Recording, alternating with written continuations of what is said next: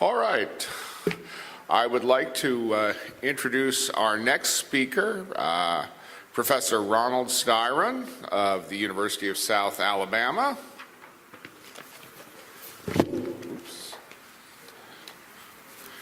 Professor Styron is currently the Quality Enhancement Plan Director and Professor of Leadership and Teacher Education at the University of South Alabama. He has received numerous awards, including Principal of the Year, Louisiana PTA Educator of Distinction, and several outstanding conference research paper awards. He has received over $3 million in grant awards and has a proven record of publications with 35 refereed articles, a book chapter, and a series of administrator training manuals. He has also conducted over 90 professional research presentations and 50 speaking engagements. The title of his presentation today is Interdisciplinary Education, a Reflection of the Real World. So I would like you to welcome Professor Styron.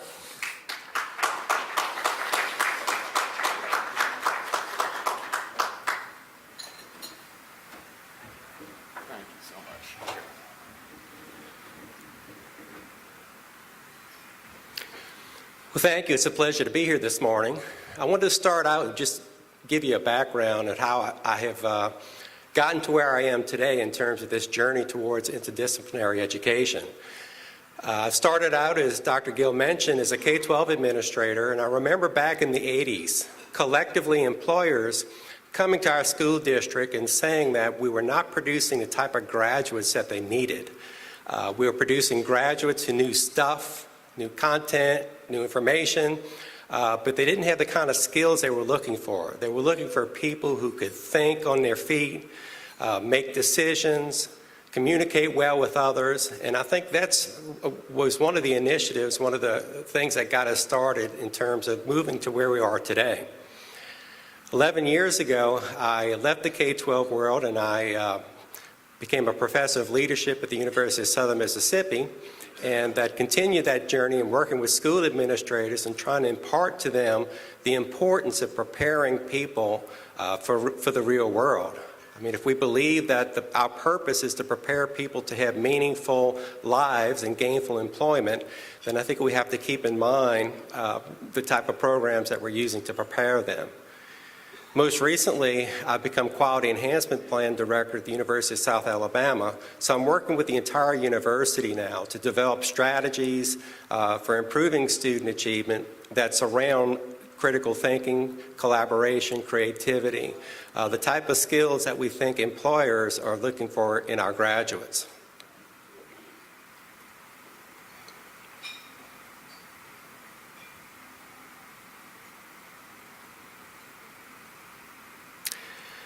So today I'm going to talk about, why this emphasis on real-world preparation, a little bit about interdisciplinary education. I'm going to talk some about a pedagogical strategy we have selected that fits well with this mindset of combining disciplines. Some considerations you have to keep in mind when you're working with your professors, and then some conclusions. But the world that educators now groom their students for is dissimilar from the world in which public schools were created.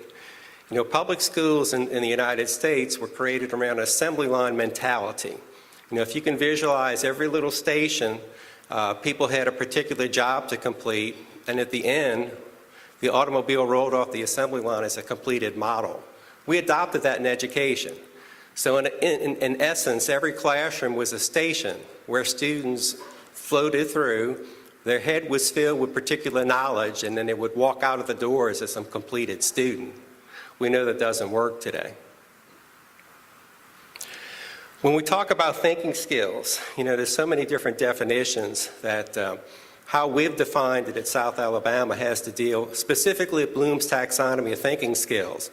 And I suppose one of the reasons this has become so popular is because it's so well organized, and you can look specifically when working with professors, lock into those higher level thinking skills, analyzing, evaluating, and creating, come up with action verbs and make it very easy for them to write learning objectives for their students.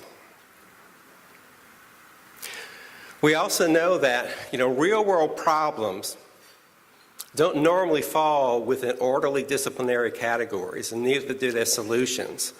It's all mixed together. We know that knowledge is not applied in bits and pieces, but in an integrated fashion. And we also know that many workplaces require group work. We understand that knowledge is not acquired in isolation. We also know, working with our students, that if they don't see connections between what's going on in their classroom and in the real world, they forget that very easily. We call this Generation Y, for example, and that's because these students in our schools today, they want to know why.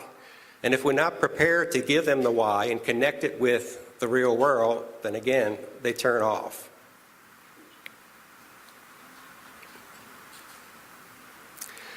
Students who come from interdisciplinary settings prevail in the application of real-world scenarios over those who are not. We should encourage our students to reach beyond the typical constraints of a single content area and engage in interdisciplinary learning. And when students see instructors model continuing learning, they have a better opportunity to build upon their individual strengths and become personally invested in work. One important aspect of interdisciplinary education, it tends to promote something called knowledge transfer.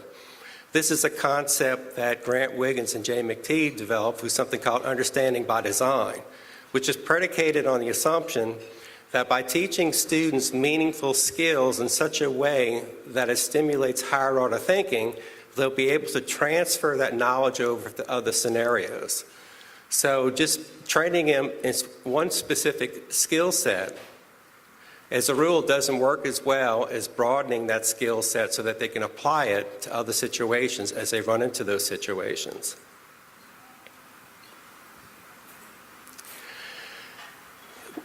We have to acknowledge the fact that when we combine disciplines, we have a better chance of stimulating critical thinking, higher order thinking skills, stimulating creativity, certainly stimulating collaboration and communication skills.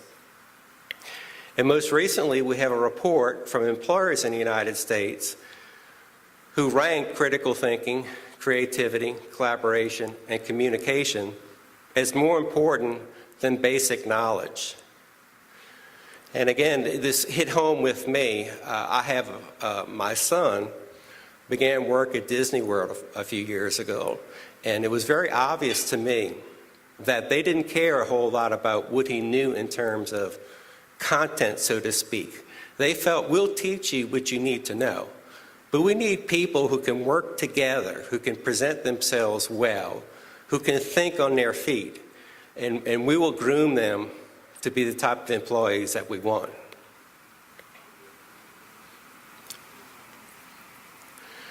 In that rating, they ranked most of their entry-level employees as deficient or adequate in many of those skills.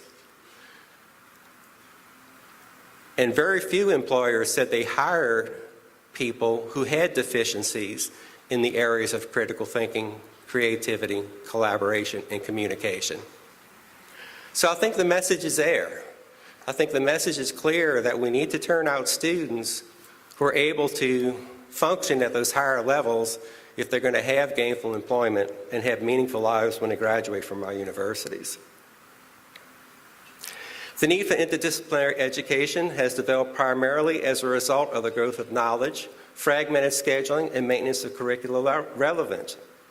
We earlier said that with the technology explosion, we have information at our fingertips. And how often when we focus on details now, I don't know about you guys, but it's common, my professors tell me that students are Googling answers right in class. So again, the message is there. It's not just about emphasizing disconnected facts or content. We have to show them how to apply that content and integrate it together in a meaningful type way.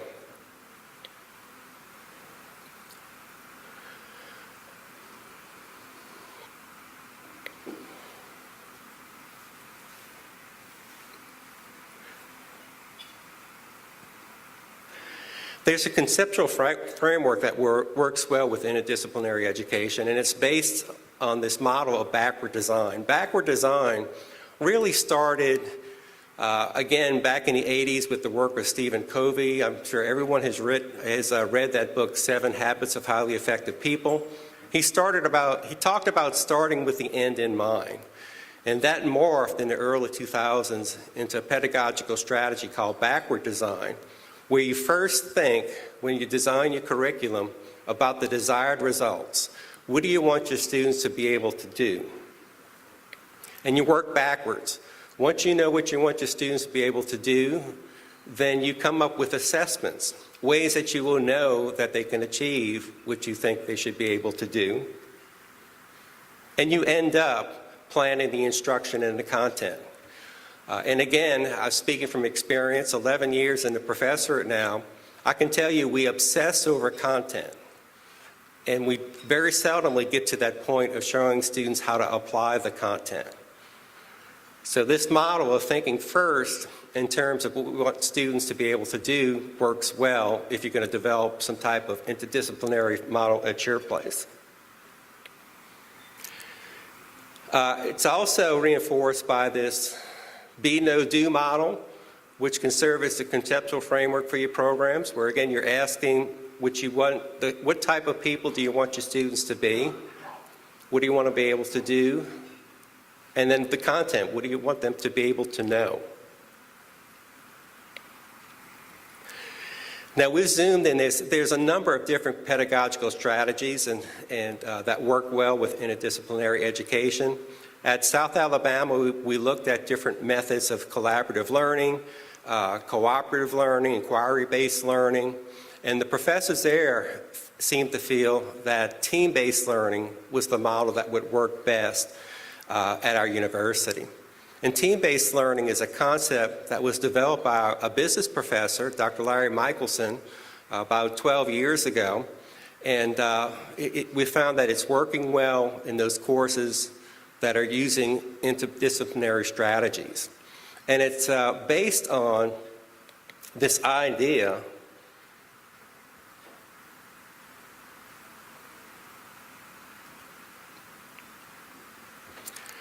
of developing application activities in all courses. So courses essentially are grouped into units of 5 or 6 units, and at the end of each unit they have an application activity where they apply the content.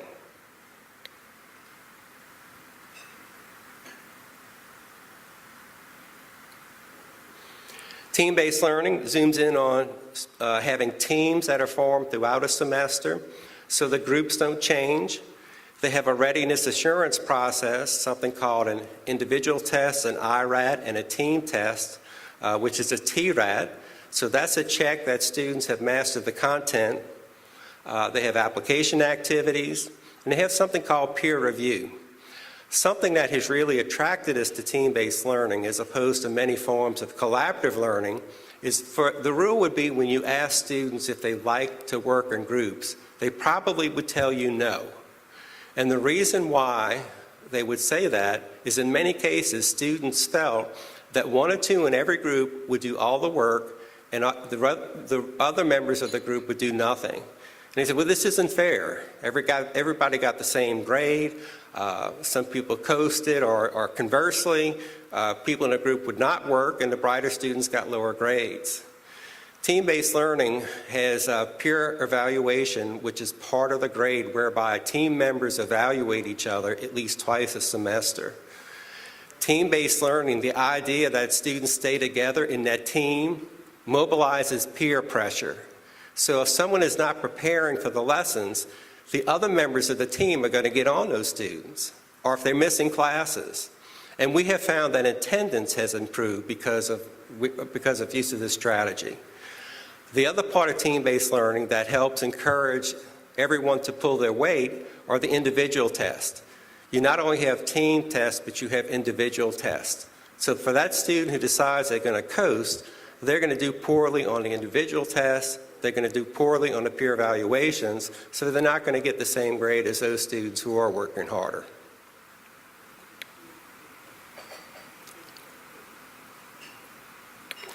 Now, I have a little bit of data to share with you. We have, I guess, almost 50 professors who are utilizing the strategy, and approximately a third of them have worked together and are developing interdisciplinary strategies. Most of them are in our College of Medicine, Nursing, and Allied Health. So this data is not solely based on students in interdisciplinary settings, but about half of the students are. One of the things we have found is we had our professors develop learning outcomes that were based on higher order thinking skills and that set targets. 73% of the targets that were set by our professors were met. We developed pre and post tests for students that help measure critical thinking and collaboration. Again, in the fall, we found that most scores for critical thinking were higher in the post-test than the pre-test. We found the same pattern in the spring. Same thing with collaboration. Post-test scores were higher than pre-test scores, fall and spring. We also measured student engagement on a 5-point Likert scale, and the scores were between 3.5 and 4, which were encouraging. Something that we have really noted, it's too early to talk about the impact on retention and persistence. So we're currently tracking student withdrawal from courses. And in the fall, we had about 1% fewer students that withdrew from courses of those that were using team-based learning strategies. In the spring, that last semester, that gap is increasing.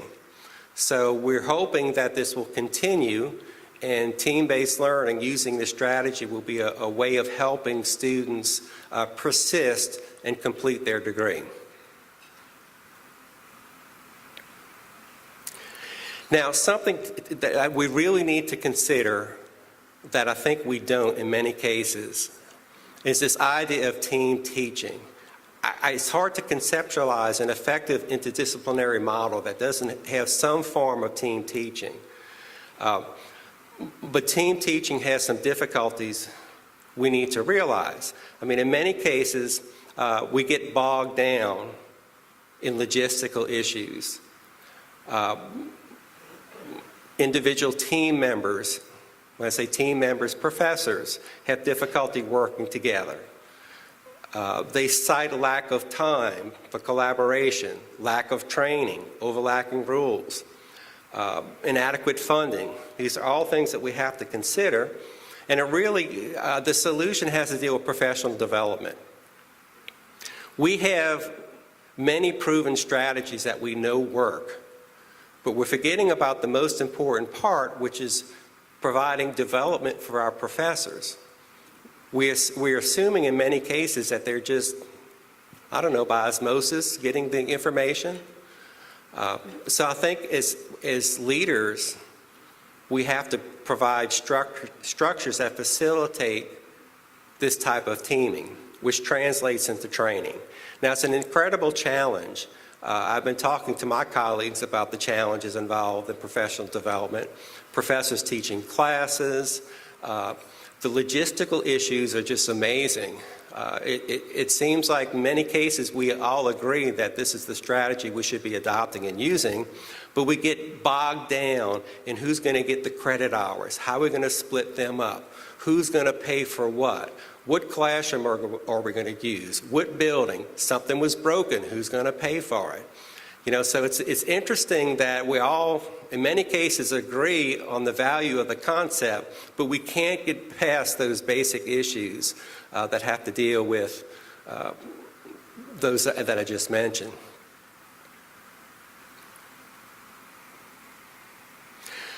We also have to think about professional development in terms of changing the mindset of many professors. from the sage on the stage, from those who are just content experts, to professors who are facilitators of knowledge. We also, as university administrators, have to develop structures and tap it into tenure and promotion. That's another huge obstacle, as many professors are interested in becoming a part of these strategies, but they feel as if they will be penalized when they go through the tenure and promotion process because maybe they don't have as many publications in their discipline, or maybe the tenured full professors don't believe in active learning. So that, as administrators, I think that's a huge challenge that we have to acknowledge. And I think until we are able to connect that with tenure and promotion, these ideas regarding active learning, interdisciplinary strategies are going to be limited.